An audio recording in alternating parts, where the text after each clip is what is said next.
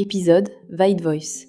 Microsoft a craqué le verrou du son, puis a fermé la porte. Chapitre 1. Le mur des 20 ans. Il y a un problème structurel dans la synthèse vocale que personne n'avait vraiment résolu depuis 2 décennies. Et l'histoire de comment il a sauté commence avec un chiffre absurde. 7,5. Août 2025. 24 annotateurs humains s'installent devant leur casque. Leur mission, écouter environ 6 heures de podcasts synthétiques chacun et décider laquelle des voix qui se succèdent dans leurs oreilles sonne la plus humaine. Ces annotateurs ne le savent pas encore, mais ils sont en train de mesurer l'écart entre le monde d'avant et le monde d'après. Parce que dans le lot, discrètement, sans fanfare, il y a un modèle de Microsoft Research qui s'appelle White Voice. Et ce modèle va obtenir une note moyenne de 3,76 sur 5 en qualité perçue, contre 3,40 pour Eleven Labs, contre 3,66 pour Gemini 2,5 Pro de Google. Open source, gratuit, licence MIT. Voilà pour le résultat. Maintenant, pour comprendre ce que ça signifie vraiment, il faut remonter 20 ans en arrière et comprendre pourquoi personne avant White Voice ne pouvait générer 90 minutes d'audio cohérent en une seule passe. Le problème n'a jamais été la qualité de la voix sur une phrase. Les meilleurs systèmes de synthèse vocale savent depuis longtemps produire une voix indiscernable du réel sur un paragraphe, parfois quelques minutes. Ce qui bloquait tout, c'est la durée. Chaque système convertit le texte en une séquence intermédiaire de tokens avant de générer l'audio. Et la cadence de ces tokens, combien il en faut pour représenter une seconde de son, détermine combien de temps peut tenir la séquence dans un seul passage du modèle. En codec, le modèle de référence de Meta tourne à 50 Hz, 50 tokens par seconde d'audio. Ce chiffre semble raisonnable jusqu'à ce qu'on fasse le calcul. 90 minutes d'audio à 50 Hz, ça donne 270 000 tokens à traiter d'un bloc. Aucun transformer aujourd'hui ne gère une séquence de cette taille en un seul passage. Le plafond pratique pour la plupart des systèmes autorégressifs, c'est 30 à 60 secondes de cohérence avant que le modèle soit obligé de recommencer depuis zéro. Pendant 20 ans, l'industrie a contourné ce mur plutôt que de le franchir. La solution standard, c'est le découpage. On génère l'audio en tranches de quelques minutes, on les colle ensemble, on espère que les jointures sont inaudibles. Sauf qu'elles ne le sont jamais vraiment. La prosodie change imperceptiblement à chaque couture. La voix dérive. Un locuteur qui ouvre un chapitre avec une certaine énergie ne la retrouve pas exactement au chapitre suivant. Pour un podcast d'1 heure avec 2 animateurs, les ingénieurs assemblaient parfois 10 à 15 segments et passaient des heures à lisser les transitions. C'est ce mur-là que White Voice a décidé d'attaquer, non pas en construisant un ordinateur plus puissant, mais en changeant la représentation du son lui-même. Et si la solution n'était pas dans la taille du modèle, mais dans celle de ses atomes. Chapitre 2. Le verrou qui saute.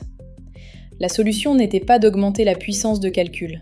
C'était de changer la question. Il y a un chiffre au cœur de White Voice, et ce chiffre est 7,5 Hz, 7,5 tokens par seconde d'audio, comparé avec les 50 Hz d'encodec ou les 25 Hz de la plupart des autres systèmes modernes. À 7,5 Hz, 90 minutes d'audio deviennent 40 500 tokens. Un transformer moderne peut traiter ça. La contrainte structurelle qui bloquait tout le secteur depuis 20 ans disparaît. Non pas parce qu'on a construit un ordinateur plus puissant, mais parce qu'on a représenté le son différemment. Comment arrive-t-on à 7,5 Hz depuis une entrée audio en 24 kHz par une compression de 3200 fois, 6 étages successifs de réduction, chacun réduisant la cadence, jusqu'à ce qu'une seconde d'audio soit représentée par 7,5 valeurs seulement. Wave Tonosaric, le meilleur système précédent dans cette catégorie, descendait à 40 Hz au mieux. White Voice va 6 fois plus loin, avec une fidélité acoustique supérieure sur les benchmarks objectifs. L'image qui aide à comprendre, c'est le cinéma. Un film à 24 images par seconde contient toute la fluidité dont l'œil a besoin pour percevoir du mouvement continu. Passé à 2 images par seconde, vous perdez la fluidité mais vous gardez la narration, qui est dans la scène, ce qui se passe, où va l'action. White Voice fait quelque chose de comparable avec le son. Il capture les moments clés à 7,5 Hz et c'est la tête de diffusion qui reconstruit la continuité acoustique entre ces instants. Pour réaliser ça, l'équipe de Microsoft Research a développé 2 tokeniseurs distincts qui fonctionnent en parallèle. Le tokeniseur acoustique capture les caractéristiques de timbre, de prosodie, de couleur de voix. Il repose sur une architecture d'auto-encodeur variationnel, un système qui apprend à comprimer puis à reconstruire un signal en minimisant la perte d'informations perçues. Sa version miroir, le tokeniseur sémantique, n'est pas entraîné sur la qualité sonore, mais sur la reconnaissance l'absence de parole. Son rôle est de s'assurer que les mots, leur sens, leur intention restent intacts à travers la compression. Chacun de ces deux blocs pèse environ 340 millions de paramètres. Ces tokeniseurs restent gelés pendant l'entraînement du modèle principal. Ce qui apprend, c'est un grand modèle de langage de la famille Qwen 2,5, dans sa version 1,5 milliard ou 7 milliards de paramètres, couplé à une tête de diffusion légère de 4 couches. Le grand modèle comprend le texte, le dialogue, qui parle à qui, quel registre prosodique correspond au moment. La tête de diffusion transforme cette compréhension en acoustique réelle. Ce qui est élégant dans cette architecture, c'est sa modularité. Si demain un meilleur grand modèle de langage émerge, on l'échange sans retraîner les tokeniseurs. Si on veut améliorer la qualité acoustique, on améliore la tête de diffusion. Le système n'est pas monolithique, il est composable. Pour maintenir la cohérence d'un locuteur sur 90 minutes, l'équipe a utilisé un apprentissage curriculaire. Le modèle commence par des séquences de 4096 tokens, puis monte progressivement jusqu'à 65 536 tokens, exactement comme on apprend à tenir une conversation. Des échanges courts d'abord, puis on s'entraîne sur la durée. Chapitre 3. Battre les géants. Une chose est de publier un papier académique. Une autre est de dépasser Eleven Labs et Google sur leur propre terrain avec un modèle ouvert et de le faire documenter par 24 êtres humains qui ont passé 6 heures à écouter. Le tableau de benchmark de ViteVoice mérite qu'on le lise lentement, parce que chaque ligne raconte quelque chose. ViteVoice, 7 milliards de paramètres, obtient une note moyenne de 3,76 sur 5 en évaluation humaine. Eleven Labs V3 Alpha, le produit phare du leader commercial du TTS, obtient 3,40. Gemini 2,5 Pro dans sa version TTS, la meilleure offre de Google, obtient 3,66. Le modèle open source Sesame AI CSM, présenté à grand renfort de communiqué en 2025, plafonne à 2,89. ViteVoice 1.5b, le petit modèle, 1,5 milliard de paramètres, obtient 3,54, soit plus qu'Eleven Labs. Mais le chiffre qui devrait retenir l'attention des décideurs, c'est le taux d'erreur de transcription. Selon les mesures au modèle Whisper Large V3, ViteVoice 1.5b obtient 1,11% d'erreur sur des podcasts longs. Eleven Labs en fait 2,39. Gemini 2,5 Pro, 1,73. Dia, le modèle de Nari Labs qui avait fait beaucoup de bruit quelques mois plus tôt, arrive à 11,96% d'erreur, 10 fois plus qu'Eleven Labs. Ce n'est pas une victoire technique dans une compétition académique, mais une rupture dans les rapports de force commerciaux. Eleven Labs vend son accès API à des tarifs premium. Gemini TTS est intégré à l'écosystème Google, avec tout ce que ça implique en termes de dépendance. ViteVoice arrive en open source, sous licence MIT, ce qui signifie que n'importe quelle startup peut le prendre, le modifier, le déployer en production sans payer de royalties, sans dépendre d'une API tierce, sans envoyer ses données chez Microsoft. Ce positionnement évoque ce qu'a fait DeepSeek sur le marché des grands modèles de langage au début 2025. Un modèle open source qui dépasse les leaders propriétaires sur les métriques clés. Et comme à cette époque, la question qui suit immédiatement n'est pas « est-ce que c'est vrai ? Les chiffres sont vérifiables », mais « qu'est-ce que ça signifie pour l'industrie ?» Pour Eleven Labs, la réponse est inconfortable. Son avantage concurrentiel repose en partie sur la qualité de sa génération vocale. Si cette qualité est désormais dépassée par un modèle open source qui s'intègre gratuitement dans n'importe quelle infrastructure, l'argument du premium s'érode. Pour Google, l'enjeu est différent. Gemini TTS est un outil d'intégration dans l'écosystème Workspace, pas un produit autonome. Mais la direction reste la même. Il y a aussi une couche que les tableaux ne capturent pas. ViteVoice est le premier modèle open source à soutenir 4 locuteurs distincts sur 90 minutes en une seule passe, avec un maintien cohérent de l'identité de chaque voix du début à la fin. Moz TTSD, le précédent tenant du titre dans la catégorie open source, s'arrêtait à 60 minutes. Mooncast, un autre prétendant de début 2025, atteint 2,81% d'erreur sur des segments bien plus courts. ViteVoice joue dans une autre catégorie de durée, et il gagne.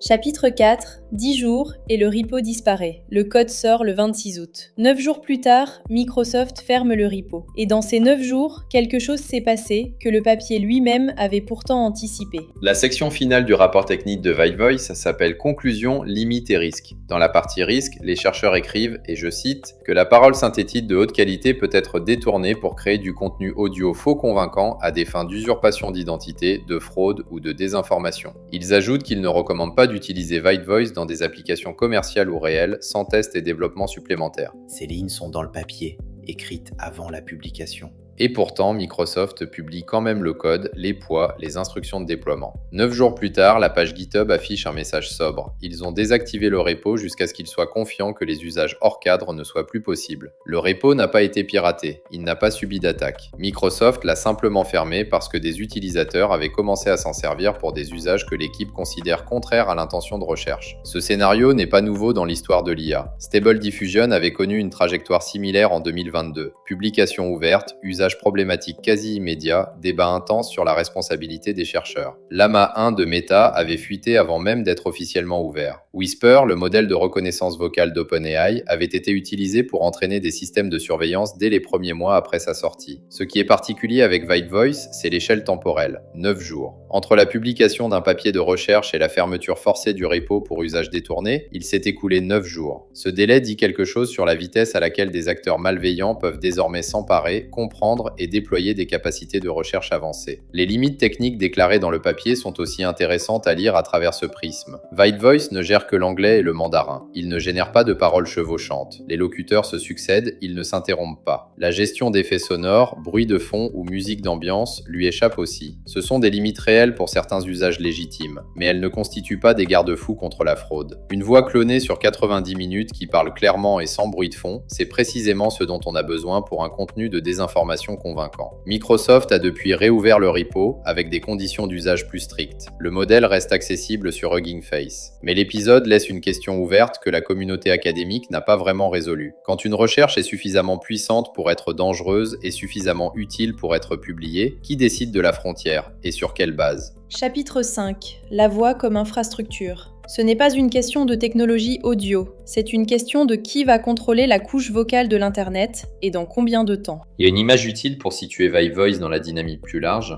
Imaginez les infrastructures de réseau en 2003. Internet existe, mais la voix sur IP n'est pas encore banalisée. Skype n'est pas encore lancé. La voix reste chère, rare, contrôlée par des opérateurs télécoms qui en font un avantage tarifaire. 2 ans plus tard, la communication voix est une commodité. La synthèse vocale est en train de vivre une transition comparable. Pendant 20 ans, elle est restée un service spécialisé avec des acteurs comme Nuance, puis Eleven Labs, puis Google et Amazon en position dominante. Chacun contrôlait une capacité technique que les autres ne pouvaient pas reproduire facilement. Ce contrôle leur donnait un avantage de pricing, une capacité à imposer des conditions d'accès, une dépendance des clients à leur infrastructure. Vibe Voice change cette dynamique. Un développeur peut aujourd'hui télécharger Vibe Voice 1.5b, le faire tourner sur sa propre infrastructure, générer des podcasts de 60 minutes avec 2 locuteurs distincts, sans jamais envoyer la moindre donnée à un tiers. Zéro dépendance API, zéro coût marginal après l'investisseur qui construit un produit de contenu audio, y voit une réduction à zéro du coût variable de génération vocale. Ce n'est pas anecdotique dans un modèle économique où chaque minute d'audio synthétique facturée à l'API représentait un coût opérationnel réel. Un dirigeant soucieux de la souveraineté des données y voit autre chose, la possibilité de garder le traitement en interne dans les secteurs où les données vocales sont sensibles, médical, juridique, financier. Quant à un investisseur qui regarde Eleven Labs, Cartesia ou Reasonable AI, la question qui se pose n'est pas Vibe Voice est-il meilleur, mais quelle partie de leur avantage concurrentiel repose sur une capacité technique qui vient de devenir open source. C'est la question que DeepSeek avait déjà posée aux investisseurs d'OpenAI au début de l'année 2025. Et la réponse avait été brutale. Il reste des territoires où les modèles propriétaires gardent un avantage clair. La latence d'abord. Cartesia Sonic Turbo tient 40 millisecondes, Eleven Labs Flash 75. Vibe Voice Realtime 0.5b approche les 300 millisecondes côté modèle. Pour les agents vocaux qui doivent répondre instantanément, cet écart est structurant. La couverture linguistique suit. 2 langues pour Vibe Voice aujourd'hui, contre 29 pour Eleven Labs. Et pour les équipes sans expertise ML interne, le service manager reste une valeur réelle. Mais ces territoires se réduisent à chaque génération de hardware et de fine-tuning. Ce que Vibe Voice pose comme question de fond, c'est finalement celle-ci. Dans un monde où la voix synthétique de qualité professionnelle est accessible à coût marginal zéro, qu'est-ce qui reste différenciant ? La réponse n'est pas dans le modèle lui-même. Elle est dans les données propriétaires d'entraînement, dans la distribution, dans la confiance que les utilisateurs accordent à une marque. Exactement les mêmes forces qui structurent n'importe quelle infrastructure commoditisée, le réseau téléphonique, le cloud, la bande passante. La voix était une fonctionnalité, elle est en train de devenir une infrastructure. Et comme toutes les infrastructures au moment de leur basculement, la question n'est pas de savoir si elle va se commoditiser, c'est déjà fait. La question est de savoir qui sera là pour bâtir dessus quand la poussière retombera. Vous écoutiez Vibe Voice. Microsoft a craqué le verrou du son, puis a fermé la porte. Merci d'avoir écouté jusqu'au bout. Si cet épisode vous a donné une grille de lecture que vous n'aviez pas avant, Partagez-le à un fondateur, un investisseur ou quelqu'un qui pense encore que la voix synthétique est une fonctionnalité secondaire.